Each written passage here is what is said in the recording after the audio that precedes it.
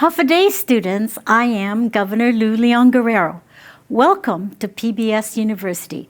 Our friends at PBS Guam and the Guam Department of Education put this episode together with some fun and exciting learning material to help you keep up with your studies. So thank you for joining us on another learning adventure. Sidzu Masi and have a great lesson.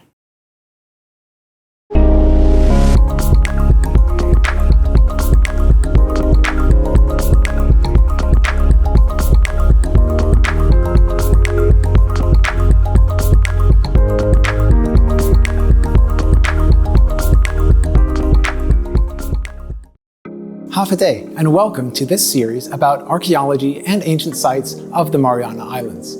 These episodes introduce the most current facts and findings from archaeological sites toward clarifying what we know versus what we do not know about how people lived in the islands throughout the last thousands of years. This knowledge can support diverse new discussions, perspectives, and interpretations. I hope that you like this series, and I look forward to learning more together.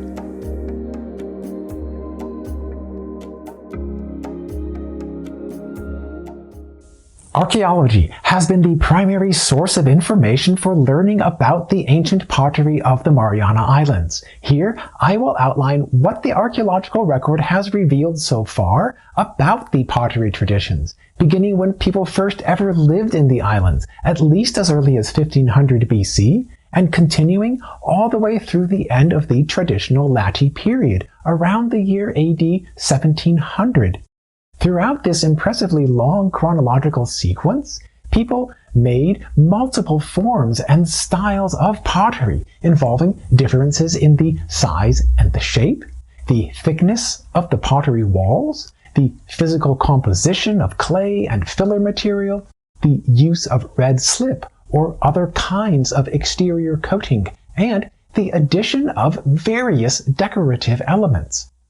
Some of these aspects changed rapidly through time, while other aspects changed slowly. The resulting trends have been complex, yet they have been documented confidently in the archaeological record. Learning about ancient pottery has been productive for at least two major reasons. First, pottery artifacts have been incredibly abundant in the archaeological sites and layers, and this abundance has allowed for extensive observation, measurement, and recording of the basic physical documentation about the pottery. Second, the pottery artifacts have preserved a wealth of information about the technical choices and the artistic choices that people made when creating the pottery, and therefore, the pottery artifacts can reveal a diverse amount of information. Based on the separation of different layers in archaeological excavations, several different time periods have been distinguished, not only for the pottery artifacts but also for everything else in the archaeological record. Generally, each layer refers to a period of a few hundreds of years. Radiocarbon dates reveal the age within a range of time, and then multiple dating efforts can refine the date range. The oldest layers can be defined within a period of about 1500 through 1100 BC. The oldest pottery artifacts mostly were from small pottery bowls. The size rarely was larger than 20 centimeters in diameter.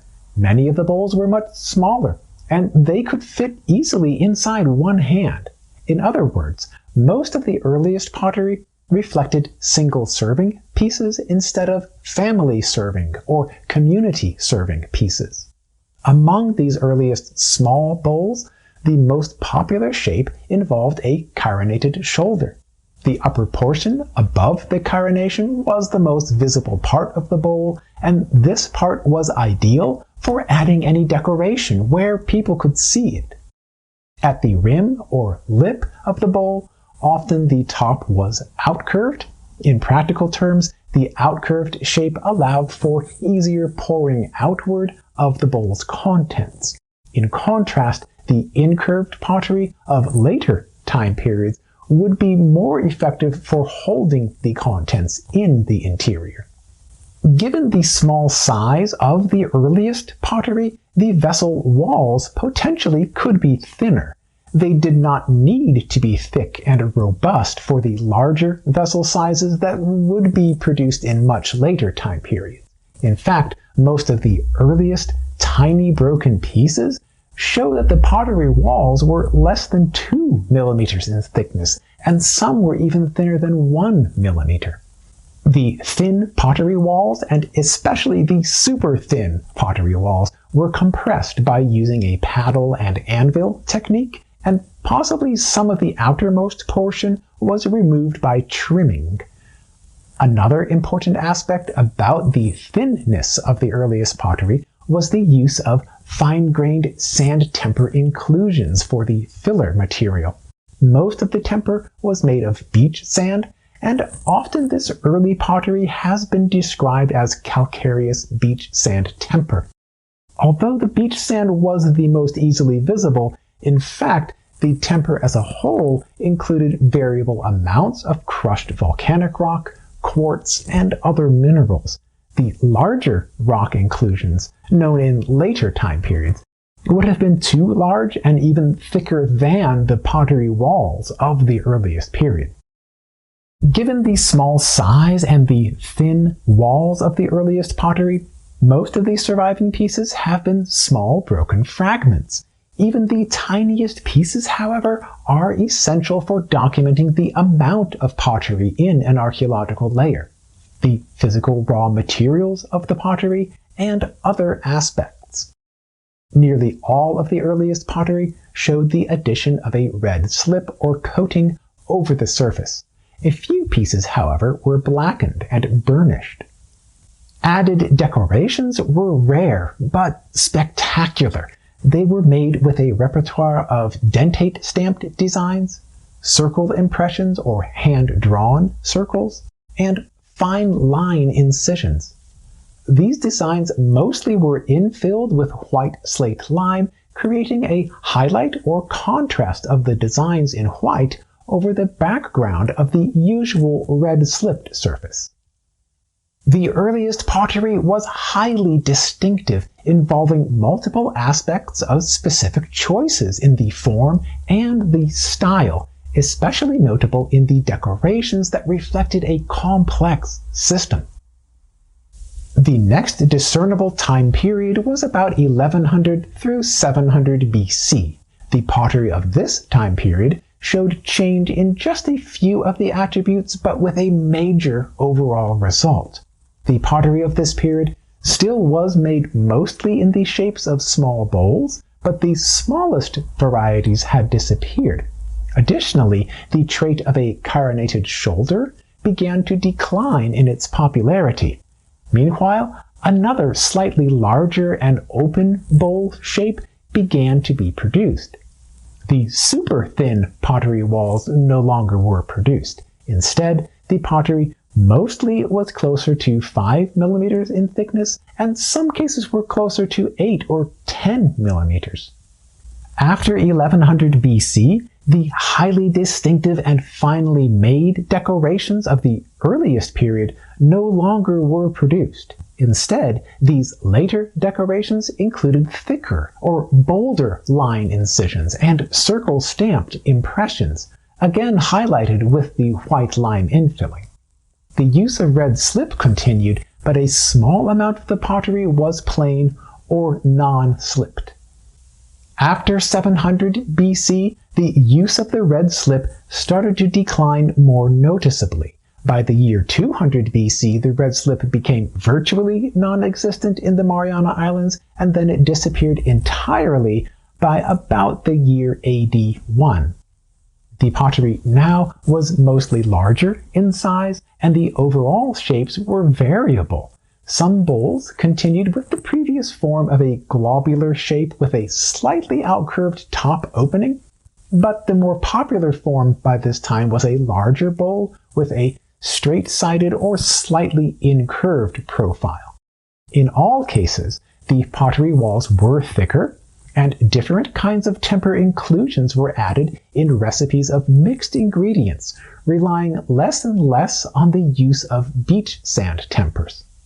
By 500 BC, the decorative system had changed significantly. The designs mostly were simple incisions, notches, or impressions, mostly around the rim or lip. Only very few cases have shown the use of white lime infilling after about 500 BC, and this trait disappeared by approximately 200 BC. Starting at some point between 500 and 200 BC, and then continuing through AD 500, two new forms of pottery defined this period. Both were made with flat bottoms and nearly vertical sidewalls. The joining point of the base with the sidewall was close to a 90-degree angle, and this juncture often was the point where the pottery was broken. One option resembled a small cylinder or cup. The other, more popular form was a large, open but shallow vessel, sometimes described as a pan shape. In some cases, especially prior to about AD 200, the walls of the vessels were variably 5 through 10 millimeters in thickness, while the bottom bases could be substantially thicker. Later, after about AD 200, the thickness generally was in the range of 8 through 12 millimeters. The larger pottery vessels of this period sometimes have retained the impressions of plated mats on their underside exteriors. These impressions indicate that before the pottery was fired into its hardened condition, people first had set the wet pots onto plated mats for a period of drying. While these pottery forms gained popularity, a few of the older traditions declined in their popularity until they disappeared by about the year AD 1. The use of red slip disappeared as well. Another additional form of pottery started to gain popularity around AD 100 through 200, and it became most popular after AD 500 and continuing through about AD 1200. This form was a medium size of a bowl, usually about 30 to 40 centimeters in diameter, made with a slightly incurving profile. Additionally, the profile in some cases was slightly thicker toward the rim, and this trait would become more popular later, after the year AD 1000. The walls were substantial, ranging usually 8 through 12 millimeters in thickness. The clay paste and additive temper inclusions were coarse in their matrix and structure. Exterior decoration was virtually absent, except for extremely few instances of simple line incisions. After about the year AD 1000, the pottery resembled the findings that would become typical of the traditional Lati period of the Mariana Islands. This pottery can be found in abundance on the surface today, at places where people last used this pottery during the AD 1600s. The pottery of the Lati period included much larger bowls than ever have been produced during the earlier periods.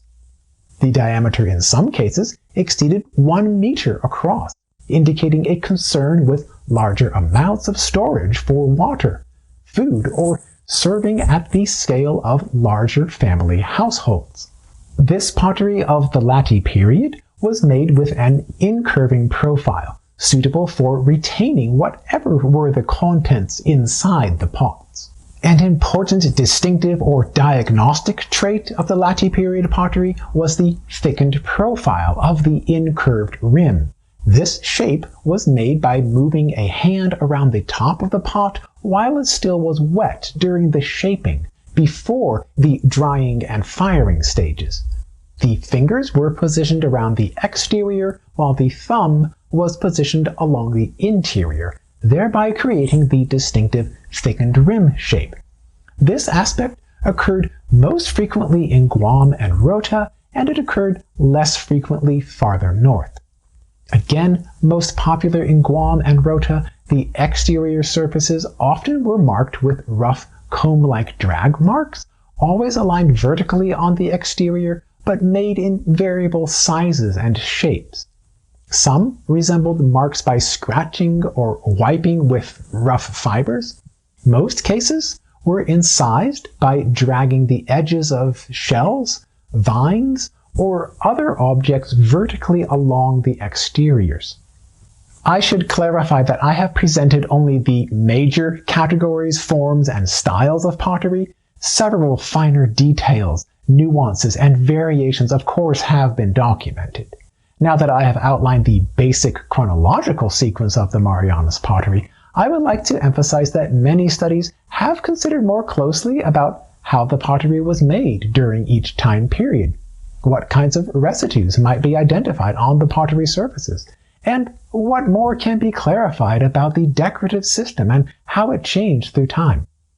One such study was by archaeologist Arthur Grainger. Arthur examined the material composition of the Marianas pottery as part of a master's thesis at the University of Otago. The key questions that I was asking was, what is the nature of pottery production strategies? And in turn, what can that tell us about the settlement and mobility at a site? Because we're focusing on the decisions that potters make, and they're a product of a wider society. The choices that they make, so whether that be what clays they decide to pick up or the sands that they add to temper the clay before the pots get molded and then fired, those decisions help to answer these broader questions. My research was in finding out how can we identify these from just looking at the physical remains that they left behind, because these potters aren't here to be interviewed. We can't know exactly what they were thinking when they made these pots. I was interested in the sourcing strategies of the potters. There's two things that we can look at: the clay sources that they used as well as the sand sources. There's been a lot of research related to the geochemical sourcing of sands in the Marianas and all over the Pacific. I found that really the judgments that have been made in the past were probably the best judgments. I wanted to know if you could distinguish sources more than simply down to general island locality, maybe narrow it down to the beach that they sourced it from. But I found that the geology isn't different enough. Limestone is almost impossible to source. And that's what the majority of the pots, the sands, were made from. So I had to rely on specific geochemical signatures. Quartz has been argued to be from Saipan and Tinian, whilst volcanic sands that don't have that, probably Rutudian or Guam. I focused mainly on rim sherds because they are diagnostic and they can also tell us a lot about the vessel. So vessel size, vessel type, often that's where majority of the decoration is, whether the vessel had slip, and then look at it under a microscope to make a basic judgment on what the fabrics were before you select them for further chemical analysis. So in total, I formally analysed probably about 500 sherds, and then from that, I chemically analysed about between 30 and 40% geological differences between the three main islands that I looked at. For the most part, they are quite similar, starting off as volcanic masses, and then over time, coral reefs forming and then dying and becoming petrified or turning into the characteristic Marianas limestone. Guam is the larger of the three. The sands generally have volcanic inclusions. They often don't have, or virtually have no, quartz mineral inclusions in them. You could theoretically say a pot that doesn't have quartz in it but has volcanic inclusions could be from Guam. And then Saipan and Tinian, they have a slightly different geological makeup. They do have volcanic sands that don't have quartz in them in particular parts of the island, but then there's also another part that does have quartz in it, and as a result, if a pot had quartz in its volcanic sands, you could theoretically say that it was from those islands. When you're formally analysing a sherd to look at the fabric, you're looking at the colour of the clay. You're usually looking at it under a microscope as well, and then you're looking at the immediate minerals that you might see inside of it. The larger parts are usually the ones that you would say has been added versus the tiny ones which you would say are naturally occurring in the clay. For me, when I was formally analysing the sherds and looking at these attributes, I was weighing them, I was measuring them. I've talked about rim sherds a lot because they are quite an important component to an archaeological assemblage. You can discover a lot about them. You can find out what vessel type it is just based on looking at this little piece. You can work out how big the rim's diameter would have been, or how much it might have weighed as well. Geochemical analysis is getting a sample and putting it under a fancy microscope that will focus in on certain parts to have a look more closely at the geochemical makeup. So we can find out what clay was used in the formation of this pot and what elements make up this clay. You could theoretically link this back to a source in the geological landscape if you had that source available to cross-examine. And then also you can look at the minerals of the temper. From my study, that was where I was able to figure out roughly where these pots are being sourced from. The major elements that make up clay, I think silica and aluminium for the most part, with traces of titanium, iron. There was always a lot of calcium. There was always a lot of that because of the natural limestone. Pretty much all the sands that I collected on the islands were majority calcareous in nature with very minor volcanic inclusions, and that was reflected in the pottery. I'd say 50% of all the samples were mixed volcanic and calcareous sands, or just mainly calcareous sands, just pure limestone with very minor fragments of volcanic minerals from quartz through to feldspars or augites or pyroxenes or something like that. By and large part, they were all locally made. There is a possibility that some of them might have been exchanged between island groups, but by and large, they are all locally made. The closest that you can narrow it down is to the island. I wouldn't be surprised if they were moving around the island and looking for sources that way, particularly with initial first settlement in the first couple of layers of Guam and Tinian. You've got people that have arrived experimenting with different sources and clays and sands. The archaeological record is showing lots of different clays and tempers, lots of variety experimentation. The result of that is they are most likely moving around further afield, maybe to one side of the island and back again. But over time, this experimentation and variability decreases, and people seem to settle down at a certain point and rely on one or two variabilities, or even just one source. So it could be an indication that they're just sticking to a local source in the vicinity of their site, or maybe they still go somewhere to seek it out, but they've found that perfect resource and they're committed to just using that for their pots. There might be some specialization. So what I mean by specialization is you decide to make one type of pot with one type of clay and one type of sand, and then everything else is made with something different. Rutidian and House of Targa are quite typical. In the first occupation layers, there's high levels of mobility. There's a lot of pottery. There's obviously a large founding group of people, lots of sands and clay variability, but then Urnei Bapot, the first occupation layer, doesn't have that. The results at Urnei Bapot show that small population that have arrived at this beachfront, tentatively exploring, maybe not going too far, but they are making pottery, and there's maybe only one or two sources at most for clay and temper, so they're kind of just relying on what's local. The layer after that, that's when you seem to get high levels of mobility, exploration, and abundant materials. It kind of made me realize that there is still a lot more work that needs to be done. I think that's quite valuable as well. Several questions about ancient pottery, of course, still can be addressed, and new discoveries always will continue. For now, I hope that I have shown the scope of potential knowledge about ancient pottery artifacts. I want to encourage for you to consider what parts are most interesting for you to explore more. Thank you for joining us in learning about archaeology and ancient sites of the Mariana Islands. If you would like to access more details, then I encourage you to visit in person or online at the Micronesian Area Research Center of the University of Guam, or at the many other libraries, museums, and offices that work with historic preservation, archaeology, and ancient history.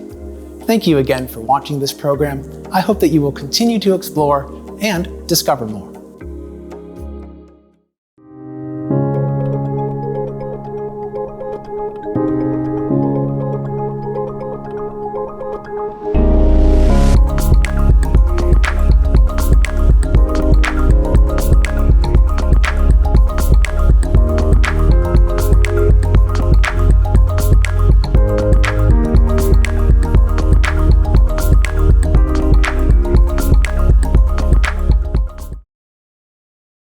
I'm Josh Tenorio, your Lieutenant Governor. Thank you for being with us today and for taking the time to continue your learning with PBS University. I also want to thank your teachers and support staff at DOE and PBS Guam for their work and their commitment to you, our students. Si Dus Ma'asi, and we hope that you enjoy this PBS University instruction.